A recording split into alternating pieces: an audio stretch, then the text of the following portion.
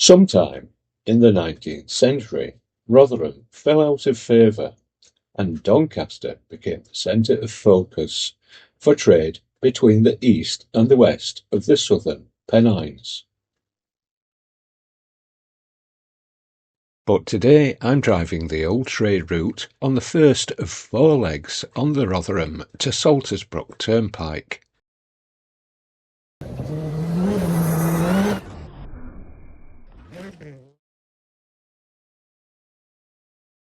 But how can I be so sure that this was the route? It is thanks to 2 authors, David Hay and Stephen Cooper. David Hay set the scene in his book Packmen, Carriers and Packhorse Roads.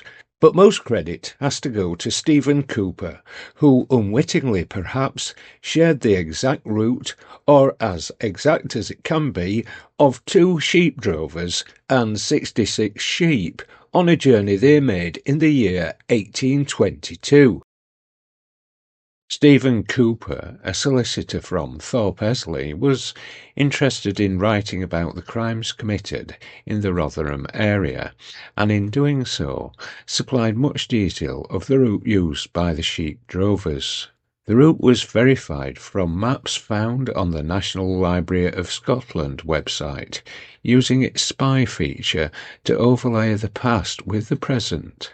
Even so, the old maps aren't quite as old as the narrative, and show the turnpike under the control of the Rotherham and Four Lane Ends Trust had changed its route over time. Today we set off next to the old market hall, next to Rotherham Minster, which used to be All Saints Church, and head off along Corporation Street, because Bridgegate is now access only.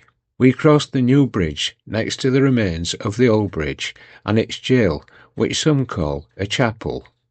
We then follow Masborough Street as far as we can, before having to turn round and taking a long detour to get back to Masborough Street again.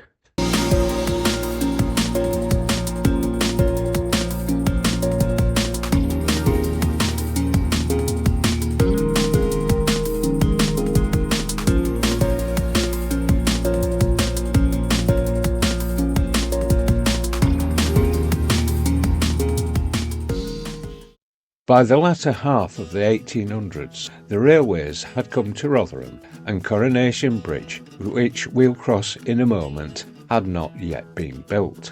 So I'm assuming it was a level crossing. No mention of the railway crossing is mentioned in Stephen Cooper's essay, but his map drawing, when overlaid on Masborough Street, shows this was the route taken.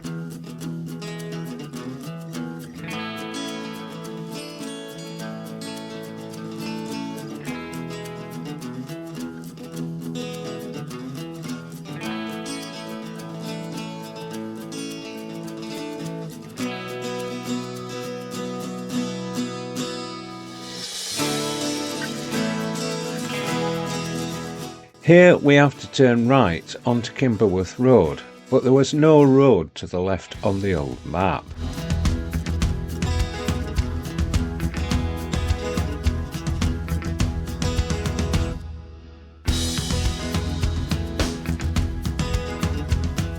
And here the much later route of the Rotherham and Four Lane Ends Trust joins from the right, and that route started from College Road.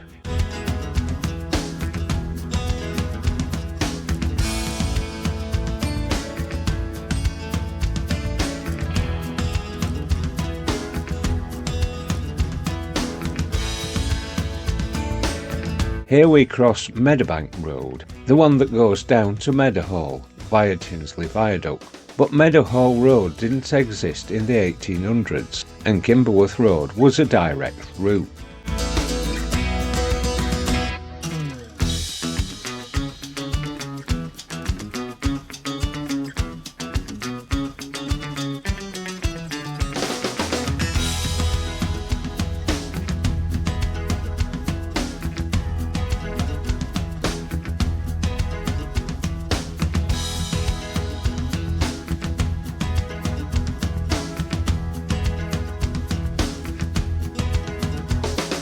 As we reach Kimberworth, the road name changes to Church Street.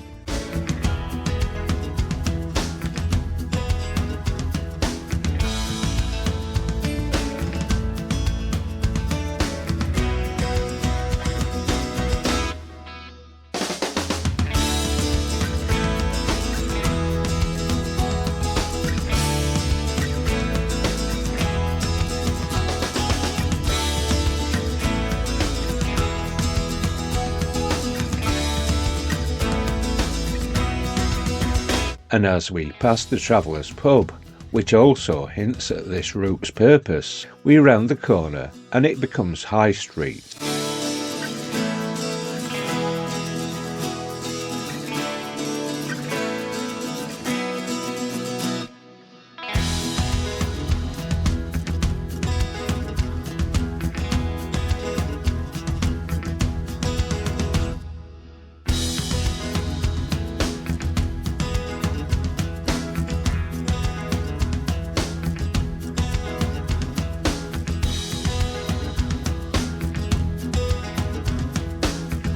It then changes name again to Old Wortley Road and reaches the junction with Upper Wortley Road to the west and Wortley Road to the east, which is the A629.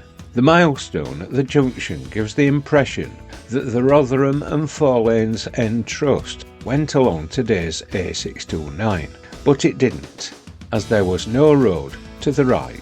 Upper Wortley Road was simply known as Back Lane. We know we're on the right road because Stephen Cooper's text mentions the drovers pass between Keppel's column to their right and the park entrance to their left at Red House, the park being Grange Park, which now has a golf course. It's difficult to see Keppel's column in this direction because of the trees, but we'll visit it at the end of this video, so keep watching.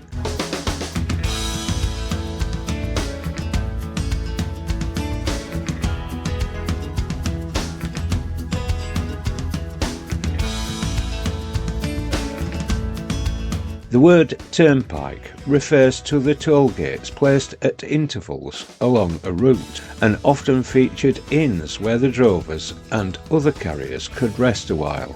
The roads between the turnpikes were known as turnpike roads. The Turnpike Trust used the money raised from charging the tolls to maintain the roads. By the end of the 19th century, the Turnpike Trust were taken over by local authorities. The UK government started raising the money for the road maintenance and road building through the road tax.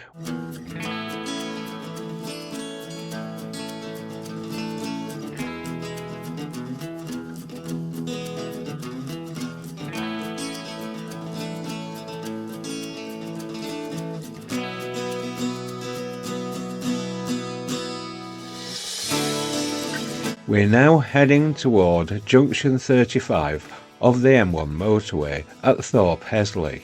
The construction of the M1 tore up the turnpike tollgate at Hesley Bar and rerouted the road the far side of the junction so that the Travellers' Inn is no longer on the route.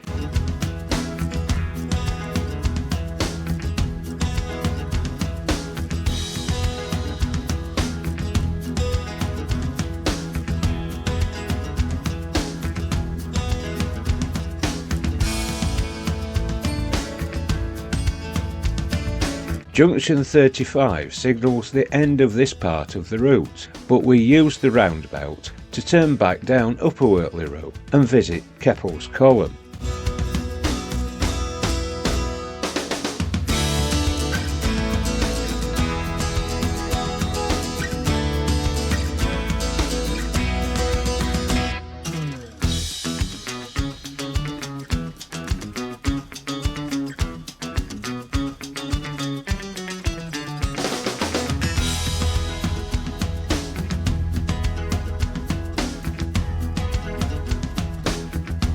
Keppel's column is approached by Admiral's Crest, a cul-de-sac on a new housing estate constructed in recent times. Keppel was an admiral in the Royal Navy, when ships had sails, he was engaged in battles all over the world, and being a local lad, they built him this monument.